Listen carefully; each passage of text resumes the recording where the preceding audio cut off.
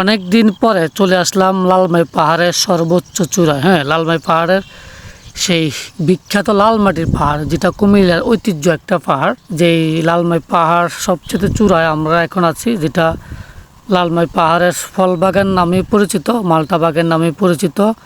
তার উপরে অনেক সুন্দর পরিপাটি সাজানো একটা গুছানো একটা কফি শপ। এখানে আসলে মোটামুটি আপনার নিরিবিলি একটা সময় কাটানো যাবে। এই লালমাই পাহাড়ের সর্বোচ্চ চূড়া এটা। যদিও আমরা আসছিল পয়লা বৈশাখে ঠিক দুপুরে। যদিও দুপুর টাইমে পর্যটক থাকে না, বিকাল বাড়ার সাথে সাথেই পর্যটকটা বাড়ে। এই লালমাই পাহাড়ের সর্বোচ্চ চূড়ায় নিরিবিলি সময় কাটানোর মতন একটা জায়গা। কই নাম স্যার, কই উঠছেন আপনারা? উঠছি পাহাড়ের চূড়ায় উঠছে, একটা বিশাল বিশাল উপরে সর্বোচ্চ চূড়ায় আছি আমরা। হ্যাঁ, যারা লালমাই পাহাড়ের সর্বোচ্চ চূড়ায় আসেন নাই তারা দেখতে পারেন, এখান থেকে একদম বাগমারা পর্যন্ত দেখা যায়। ঠিক আছে, একদম বাগমারা, বলরা, এইদিকে আছে একদম সদর দক্ষিণ থেকে শুরু করে সব কিছু দেখতে পারবেন। আসলে অ্যাকচুয়ালি এই বোরা যেটা চন্দুমুরা মন্দির থেকে একটু রাস্তাটা পুরো পাশ দিয়ে রাস্তার ভিতরে ঢুকছে, যেটা মালটা বাগান নামে পরিচিত। যদিও বাস্তবত্র কোনো মালটা বাগান আমি দেখি নেই, হয়তো হাতে কোনো 8-10টা গাছ আছে।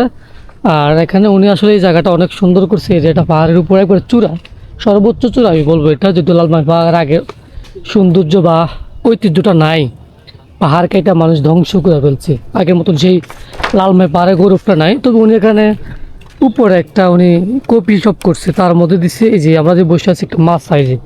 আমি এখন মাছায় দাঁড়িয়েছি, কাঠের মাছা। এখান থেকে আমি দাঁড়ালে পুরো পাহাড়ের যে ভিউটা, বিশেষ করে এখানে দাঁড়ালে আপনার আমার সামনাসামনি ছিল বাগমারা, দ্বিতীয়পুর, তারপরে আমার এই সাইডটা হলো বরুড়া, ওই সাইডটা হলো সদর দক্ষিণ উত্তর মিলে আসলে সব জায়গার উপরের যে ভিউটা আসলে এখানে আসলে উপভোগ করা যায়। প্রচুর পরিমাণ সৌন্দর্য আমি বলবো। যদিও আমি খুব রোদের টাইম ভিডিও করতেছি, আর বিকাল টাইমে মনে হয় সৌন্দর্যটা আরও বেশি প্রকাশ পায়। এই কফি হাউস, ফল বাগান, যে সোলিং দূরে আমরা যাইতেছি, যে পাহাড়ের উপর দিয়ে হাঁটতেছি, আমি জানি না আর কতটুকু যাইতে পারবো।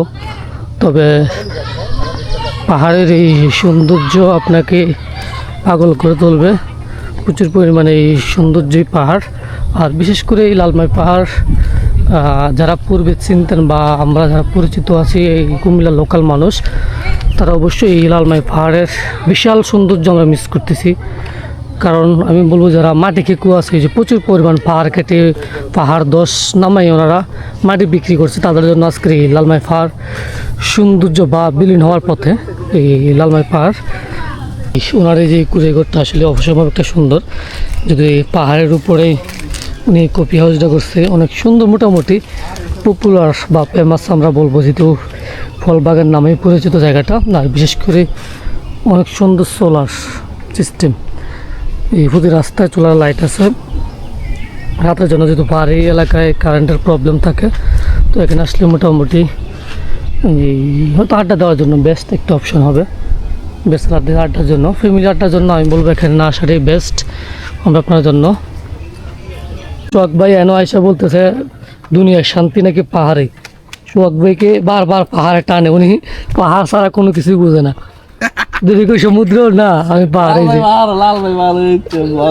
এই যে আরেক ব্লগার আছে, এই যে শরীফ ভাই ভিডিও কলে আছে। ঠিক আছে, এই যে শরীফ ভাই, এই যে শরীফ ভাই আছে ভিডিও কলে, ইনশাল্লাহ দেখা হবে।